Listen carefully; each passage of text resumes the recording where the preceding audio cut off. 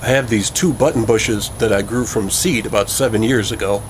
And now I want to see if I can grow them from cuttings so that I can have a whole bunch of them growing in my front yard.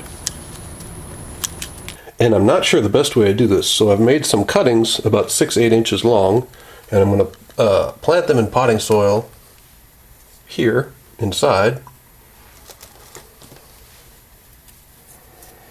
And there's about 3 or 4 nodes on each cutting.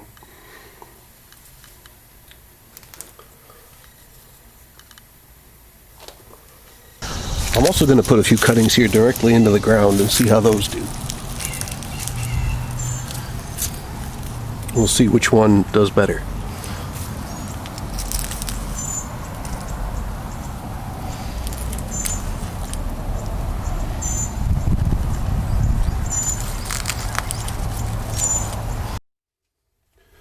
The cuttings that I put into the good potting soil and kept moist and watched and cared for more than 2 weeks have not done anything, and I think they're dead.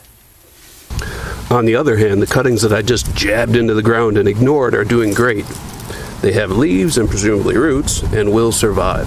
Here's one, another one, little leaves, cute little leaves. And I think the difference is that these cuttings were in the shade and the others got kind of indirect sun. Also, these escaped detection by my 2-year-old, and he didn't mess with them like he did the ones that were in the window.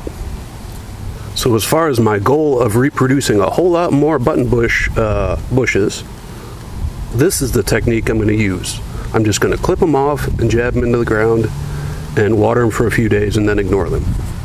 And there will be updates on these guys in the future. So I hope that was helpful. Thanks for watching. Bye.